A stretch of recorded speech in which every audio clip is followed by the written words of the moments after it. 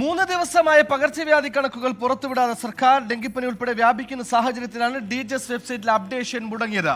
ഔദ്യോഗിക വിശദീകരണത്തിന് ആരോഗ്യവകുപ്പ് തയ്യാറായിട്ടില്ല. MG പ്രതീഷ് തിരുവനന്തപുരത്ത് ചേർന്നു. MG പ്രതീഷ്, ഈ പനി പടരുന്നതിൽ നിയമസഭയിലടക്കം സർക്കാരിനെ പ്രതിരോധത്തിലാക്കി പ്രതിപക്ഷം പ്രതിഷേധമുയർത്തിയ ഘട്ടമുണ്ട്, സാഹചര്യമുണ്ട്. ഈ ഒരു അടിസ്ഥാനത്തിലും ഇപ്പോൾ ഈ വിവരങ്ങൾ പുറത്തുവിടുന്നില്ല എന്നതിന്റെ പ്രധാന കാരണം എന്താണ്? എന്തെങ്കിലും ഒരു വിശദീകരണം അവർ തരുന്നുണ്ടോ?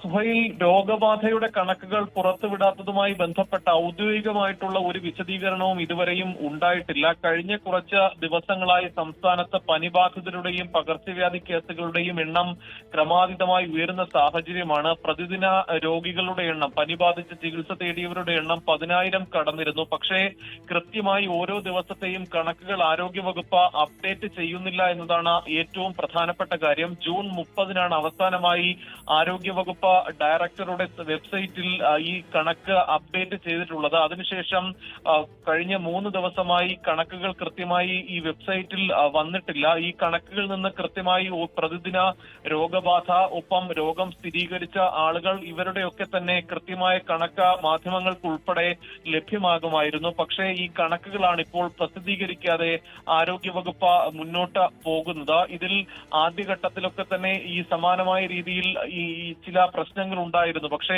അന്ന് അത് വാർത്തയായതിനു പിന്നാലെ തന്നെ കണക്കുകൾ വീണ്ടും ആരോഗ്യവകുപ്പ് പ്രസിദ്ധീകരിക്കുന്ന രീതിയാണ് ഉണ്ടായിട്ടുള്ളത്. ഇപ്പോൾ ഇത് എന്താണ് ആരോഗ്യവകുപ്പിന്റെ വിശദീകരണമെന്ന് ഇതുവരെയും പുറത്തു വന്നിട്ടില്ല. നാളെയോടുകൂടി തന്നെ ആരോഗ്യമന്ത്രിയുടെ ഭാഗത്ത് നിന്ന് ഒരു പ്രതികരണം ഉണ്ടാകുമെന്നാണ് മനസ്സിലാക്കാൻ കഴിയുന്ന കാര്യം. മറ്റൊന്ന്, ഈ സംസ്ഥാനത്ത് ഡെങ്കിപ്പനി കേസുകൾ, എലിപ്പനി കേസുകൾ, ഒപ്പം മഞ്ഞപ്പിത്തം ബാധിക്കുന്നവരുടെ എണ്ണം, ഇത് വലിയ തോതിൽ ഉയരുന്ന ഒരു സാഹചര്യമാണ് ഉള്ളത്. അതുകൊണ്ട് തന്നെ പ്രത്യേക ഒരു ജാഗ്രതാ മുന്നറിയിപ്പ് ആരോഗ്യവകുപ്പ് പുറപ്പെടുവിച്ചിട്ടുമുണ്ട്. പക്ഷേ ഈ സാഹചര്യത്തിലാണ് ഈ കണക്കുകൾ കൃത്യമായി ആരോഗ്യവകുപ്പ് വെബ്സൈറ്റിൽ പ്രസിദ്ധീകരിക്കാതെ മുന്നോട്ട് പോകുന്നത്. എന്തായാലും DHSന്റെ വെബ്സൈറ്റിൽ കണക്കുകൾ പ്രസിദ്ധീകരിക്കാത്തത് കൊണ്ട് പനി ഇല്ലാതാകുന്നില്ല. എന്തുകൊണ്ടാണ് ഇത്തരത്തിൽ വെബ്സൈറ്റിൽ അപ്ഡേഷൻ നടക്കാത്തതെന്നതിൽ വിശദീകരണവും നൽകിയിട്ടില്ല. MG പ്രതീഷാണ് തിരുവനന്തപുരത്ത് നിന്ന് വാർത്തയുടെ വിശദാംശങ്ങൾ നൽകിയത്.